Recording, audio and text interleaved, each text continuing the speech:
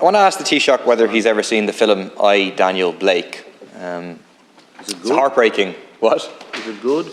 It's very good, but it's a very difficult watch because it's about people with disabilities forced to go through medical assessments under the work capability assessment introduced by the British Tory government, and just their disabilities not being recognised, their inability to work not being recognised. It's really a heartbreaking, very difficult film to watch. The reason I ask it is because it seems to me that the government is out to make this film happen in real life in Ireland by copying the Tories' policy of the work capability assessment. That's the essence of what the government's proposals in relation to the disability and domiciliary care allowance are: introducing a medical assessment to assess capability of work and then putting people into 3 different tiered categories based on how much they can work. It seems to me rooted in a fundamentally Victorian view of the deserving and undeserving poor.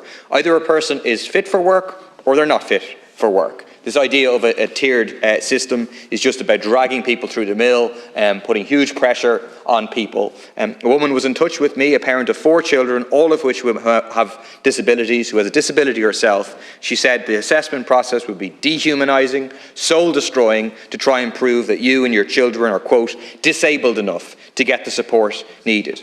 If the government is genuinely concerned about persons who are long-term sick, should change the current conditions to qualify for invalidity pension. If someone's medical condition deems them permanently incapable of working, they should be automatically entitled. If there's a real desire to help people with disabilities into the workforce, well then an onus should be placed on employers for real inclusion. The government should expand illness benefit qualifying criteria to allow self-employed persons to qualify. Deputy Murphy asked if I've seen I, Daniel Blake. I have. I saw it when I was Minister for Social Protection. I think it's a very good film, by the way. I'd recommend it to anyone.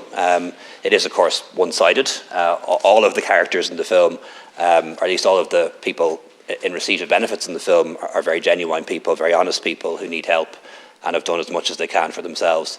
There are other programmes like Benefit Street and so on which would show you a very different picture, and of course, as always the case, the truth lies somewhere in between. That's the real world we live in. But I do want to say this, in terms of reforming our disability payments, we're not going to follow the UK model.